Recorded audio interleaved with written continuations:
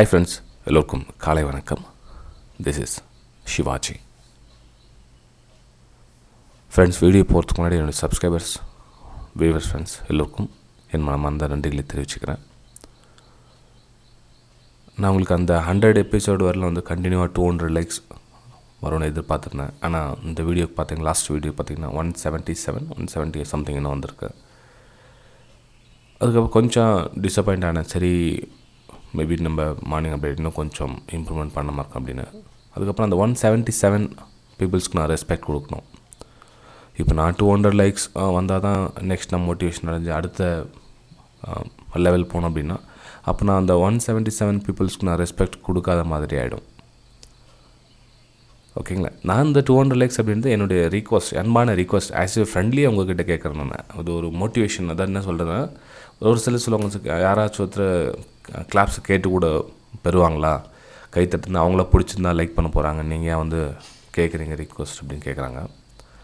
ஆக்சுவலாக வந்து ஒரு விஷயம் நம்ம செஞ்சது பிடிச்சிருக்கிறதா இல்லையா, அதுக்கு அந்த 100 எபிசோடு ஏன் வச்சுருக்கேன்னா, சரி இந்த 100 எபிசோடில் கூட நம்ம வந்து உண்மையே நம்ம எஃபெக்ட் நல்லா இருக்குதா இல்லைன்றது ஒரு டாஸ்க். அது அந்த 100 எபிசோடு வரல நம்ம கண்டினியூ 200 லைக்ஸ் வரல அப்படின்னா சேஞ்சஸ் அடுத்த லெவல் நம்ம என்ன சரிப்படுத்திக்கிறதா இல்லை வேறு என்னென்னா இன்னும் நான் வேறு என்ன மெருகத்தனமா என்ன அப்படின்றதுல கான்சன்ட்ரேஷன் பண்ணலாம். ஓகேங்களா? ஏன்னா ஒரு சிலர் கேட்குறாங்க, சார் நீங்கள் பாட்டு சொல்லுங்கள், பிடிச்சிருந்தா லைக் பண்ண போகிறாங்க, நீங்கள் அங்கே கேட்டுட்ருக்கீங்க லைக்லாம் அப்படின்றாங்க. அவங்களுக்காக அந்த விஷயம் சொன்னேன் நான். சரி ஃப்ரெண்ட்ஸ், நம்ம நிஃப்டி 50யும் பேங்க் நிஃப்டியும் பார்க்கலாம் மார்னிங் அப்டேட்டில். ஃபர்ஸ்ட் நிஃப்டி 50 பார்த்துடலாம். நிஃப்டி 50 நேற்றுடைய கண்டிஷன் பார்த்திங்கன்னா ஒரு பெரிய கேப் டவுன். கிட்டத்தட்ட வந்து மார்க்கெட் வந்து ஒரு 300-400 புள்ளிகள் வந்து மைனஸில் ஓப்பன் ஆக சொல்ல நாம் வந்து அந்த இடத்துல பையிங்கான வியூ பார்க்கலாம் அப்படின்னு சொல்ல முடியாது. ஆக்சுவலாக செட்டம் வந்து பையிங்கான அமைஞ்சது. ஏன்னா வந்து 200 EMAயில் 1 hour டைம் ஃப்ரேமில் சப்போர்ட் எடுத்துருக்கு.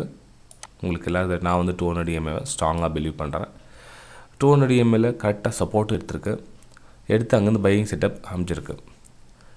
இங்கேருந்து நம்ம பை எடுத்தோம் அப்படின்னா அந்த கேப் ரீஃபில் பண்ணோம் அப்படின்றது எல்லாருடைய காமன் பீப்புள்ஸ் திங்கிங்.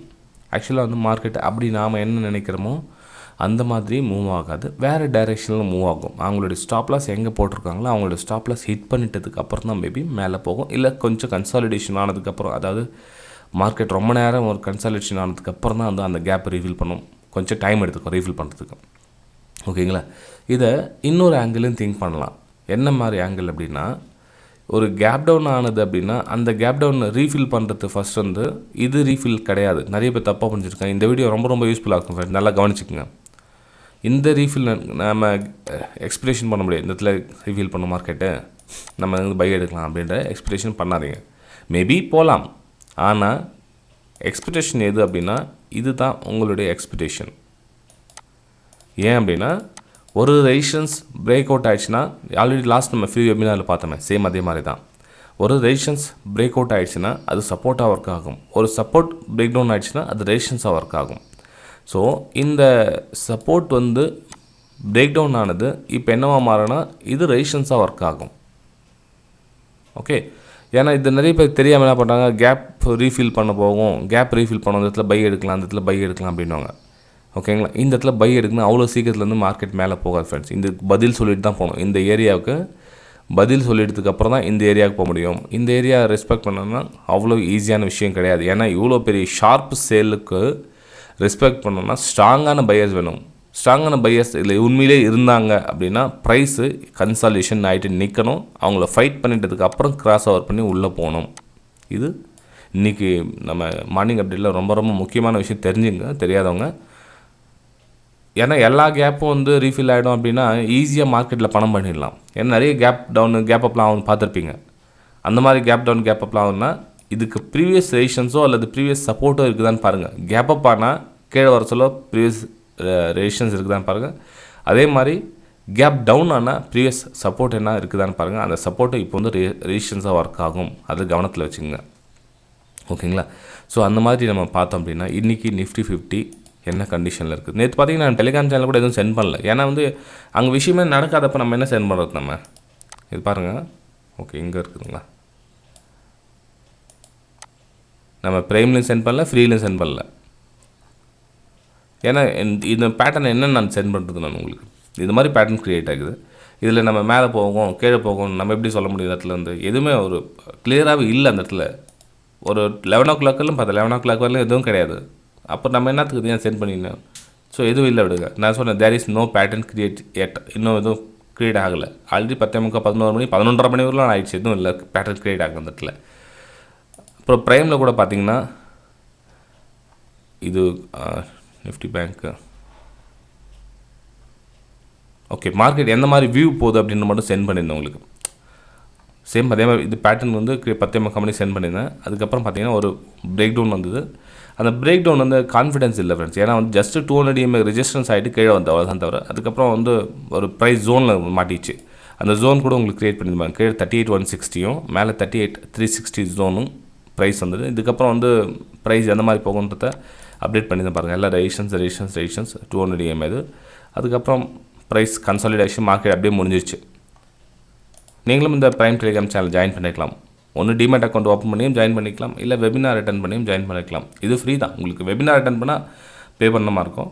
பே பண்ணி நீங்கள் வெபினார் கற்றுக்கிட்டு நீங்கள் ஜாயின் பண்ணால் ஈஸியாக புரிஞ்சு அண்டர்ஸ்டாண்ட் ஆகும். நீங்கள் டிமேட் அக்கௌண்ட் ஓப்பன் பண்ணி உள்ளே வந்தீங்கன்னா உங்களுக்கு உங்களுடைய எக்ஸ்பீரியன்ஸ் வச்சு நீங்கள் ஈஸியாக கேட்ச் பண்ணிக்கலாம். நம்ம யூடியூப் எத்தனையோ வியூவர்ஸ் வந்து நிறைய எக்ஸ்பீரியன்ஸ் இருக்குது அவங்களுக்கு. ஏன்னா நம்ம கமெண்ட்ஸில் தெரிவிக்கிறாங்க, அவங்களுக்கு நான் சொல்கிற விஷயம் புரியுது, அண்டர்ஸ்டாண்ட் ஆகுது. ஸோ டிமேட் அக்கௌண்ட் ஓப்பன் பண்ணி வந்துடலாம் அவங்க அதுக்குள்ளே. டிமேட் அக்கௌண்ட் லிங்க் கூட டிஸ்கிரிப்ஷனில் கொடுத்துருக்கேன் பாருங்கள். 4 லிங்க் கொடுத்துருக்கேன். 4 ஏதாச்சும் ஒரு லிங்க்கில் நீங்கள் டிமேட் அக்கௌண்ட் ஓப்பன் பண்ணி வந்துடலாம். ஓகே ஃபுல் சைட்வேஸ் மார்க்கெட் பார்த்தீங்கன்னா 3 மணிக்கு மெசேஜ் அனுப்பிச்சேன் ஃபுல் சைட்வேஸ். அதுக்கப்புறம் நேச்சுரல் கேஸ் க்ரூட் ஆயில் ஒரு சின்ன ஒரு வியூ, அதாவது ரேஷன்ஸ் லைனு ரேஷன்ஸ் கட்டான மேலே போகும். ஏன்னா பிரேக் அவுட் ஆகிருக்கு அப்படின்றது ஒரு 1 hour டைம் ஃப்ரேம். இது மாதிரி சென்ட் பண்ணியிருந்தேன். சரி இன்றைக்கி என்ன கண்டிஷன் அப்படின்னு பார்த்தோன்னா 10 minutes டைம் ஃப்ரேமில் மேலே வந்து ரெசிஸ்டன்ஸும் ஸ்ட்ராங்காக இருக்குது. மார்க்கெட் ஓப்பன் எந்த கண்டிஷனில் ஆகுதுன்னு பார்த்துக்கலாங்க. மார்க்கெட் வந்து 29 பாயிண்ட்ஸ் வந்து லைட்டாக பாசிட்டிவ் காமிக்குது. என்னை பொறுத்தவரை வந்து நான் ஃப்ளாட் தான் எடுத்துக்கேன். நம்ம பாசிட்டிவ்னு எடுத்துக்க முடியாது தான்.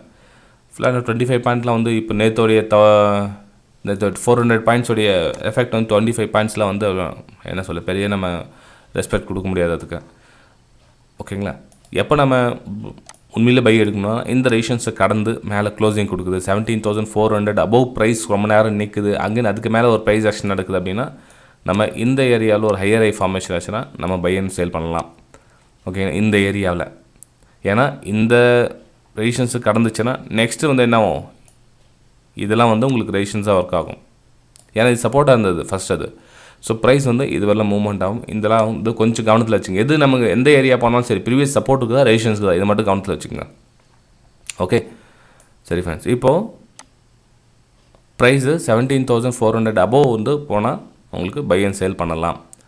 இல்லை சேல் அண்ட் பை சேல் பண்ணலாமா அப்படின்னா இதுக்கு என்ன பண்ணணும், சின்னதாக இங்கே நீங்கள் இன்டர்டே பண்ணுறீங்க இல்லைங்களா? ஸோ இன்டர்டேக்கு வந்து நம்ம நேற்று ஜோன் நம்ம சென்ட் பண்ணியிருந்தீங்களா, நம்ம ப்ரைமில் சென்ட் பண்ணியிருந்தேன், ஃப்ரீயில் சென்ட் பண்ணல. இந்த ஜோனை கொஞ்சம் கவனத்தில் வச்சுங்க. இந்த ஜோனுக்கு கீழே ப்ரைஸ் க்ளோஸ் ஆச்சுன்னா நீங்கள் சேல் அண்ட் பைக்கான வியூ பார்க்கலாம். அதாவது இந்த ஜோனுக்கு கீழே ப்ரைஸ் வந்து ஒரு லோயோ ரீடெஸ்ட் ஆகிட்டு கீழே வந்ததுன்னா இதுக்கப்புறம் சேல் அண்ட் பைக்கான வியூ பார்க்கலாம். இல்லை இதுக்கு மேலே போனால் பை அண்ட் செல்லுக்கான வியூ பார்க்கலாம். ஆனால் பை அண்ட் செல்லாம் தூர டிஸ்டன்ஸும் கவனத்தில் வச்சுங்க. இது பக்கத்துலேயே இருக்குது, அதுலேயும் கவனத்தை வச்சு நீங்கள் ட்ரேடிங் எடுக்கலாம். இது நிஃப்டி 50யோட சார்ட்டு. அப்பர் சைடு வந்து 17,500 ரெசிஸ்டன்ஸ் இருக்குது. இந்த லெவல் பிரேக் அவுட் ஆனால் 17,400க்கும் 17,500க்கும் பிட்வீனில் நீங்கள் ட்ரேட் எடுக்கிற மாதிரி இருக்கும் பை அண்ட் செல்லுக்கான வியூ. பாட்டம் சைடில் அப்படின்னா எங்கேருந்து சப்போர்ட் எடுத்துருக்காங்க பாருங்கள். இது வந்து சப்போர்ட் ஜோன். வந்து நீங்கள் லோயில் செல் அண்ட் பை பண்ணிங்கன்னா இங்கே வந்து செகண்ட் வந்து சப்போர்ட் எடுக்க வேண்டிய சூழ்நிலை வரும். முதல்ல இந்த ரேஞ்ச் தான் இன்றைக்கி நம்ம ட்ரேடிங் ப்ரைஸ் மூவ் ஆகிற ஜோன். ஓகே சரி, நெக்ஸ்ட் நம்ம பேங்க் நிஃப்டி பார்த்துடலாம். பேங்க் நிஃப்டி ஜோன் இது இதான் நம்ம டெலிகிராம் சேனலில் சென்ட் பண்ணியிருந்தேன் இல்லைங்களா, சேம் அதே தான். இதில் எந்த மாற்றமும் கிடையாது, இன்னும் கண்டினியூஷன் ஆகுது. இந்த ஜோன்லேருந்து வெளியே போனால் நீங்கள் பை அண்ட் சேலுக்கான வியூ பார்க்கலாம். இந்த ஜோனுக்கு வியூ போனால் இதோட லெவல் பார்த்திங்க அப்படின்னா நெக்ஸ்ட்டு ப்ரைஸ் இது வரலாம் மூவ் ஆகும். எது வரலாம் அப்படின்னா 38,650 வரலாம் ப்ரைஸ் மூவ் ஆகும். அப்பர் சைடு ரேஞ்ச் க்ளோஸ் கொடுத்தா இந்த ரெசிஸ்டன்ஸை பிரேக் அவுட் நடந்ததுன்னா சஸ்டெண்ட் ஆகிட்டு நின்று உடனே என்ன பண்ணுறீங்க, மார்னிங்கில் பிரேக் அவுட் உடனே பை எடுக்காதீங்க. மேபி அந்த பக்கம் ஷேடோ மாதிரி போயிட்டு கீழே வந்துடலாம். இந்த பக்கம் பிரேக் அவுட் ஆனோடனே நிறைய பேர் ஸ்டாப் லாஸ்லாம் போட்டிருப்பாங்க. இந்த ஹையை வந்து சேல் பண்ணவங்க மேலே ஸ்டாப் லாஸ் போட்டிருப்பாங்க, அந்த ஸ்டாப் லாஸை ட்ரிகர் பண்ணிவிட்டு கீழே வரும். கீழே என்ன ஆகும், இந்த லோவில் ஸ்டாப் லாஸ் போட்டிருப்பாங்க, இந்த ஸ்டாப் லாஸை ட்ரிகர் பண்ணுவோம். ஸோ அகைன் ஜோனுக்குள்ளே வந்துருச்சு அப்படின்னா இன்றைக்கி ஆப்ஷன் செல்லர்ஸோடைய டே பயங்கரமாக இன்றைக்கி நிறைய ப்ராஃபிட் பண்ணியிருப்பாங்க அவங்க. ஓகேங்களா, அதை கவனத்தில் வச்சுங்க. லோயர் சைடு பிரேக் டவுன் ஆன உடனே பை பண்ணாதீங்க, அதுக்கு கொஞ்சம் ரீடெஸ்ட் ஆகிடுங்க, புல் பேக்கில் வரட்டும், அகைன் வந்து செல் பண்ணுங்கள். அதே பை அண்ட் செல்லுக்கான வியூ போகிறீங்கன்னா ஆகட்டும், பரவாயில்ல, பிரேக் அவுட் கொடுத்தோம், ஒரு 10-20 நிமிஷம் ட்ராவல் பண்ணட்டும், சின்னதாக ஒரு புல் பேக் ஆகட்டும், அகைன் ஒரு பிரேக் அவுட் கொடுத்தா அங்கேருந்து பையிங்கான வியூ பாருங்கள். இது பேங்க் நிஃப்டியோடைய சார்ட்டு. பேங்க் நிஃப்டி கூட உங்களுக்கு நேற்று வந்து சென்ட் பண்ணல, அதுவும் பார்த்தீங்கன்னா உங்களுக்கு டெலிகிராம் சேனலில் தெரியும். ஓகேங்களா சார் ஃப்ரெண்ட்ஸ், பார்க்கலாம் இதுக்கு எத்தனை லைக்ஸ் வருதுன்னு. நம்ம அடுத்த வீடியோ சந்திக்கலாம். Bye friends.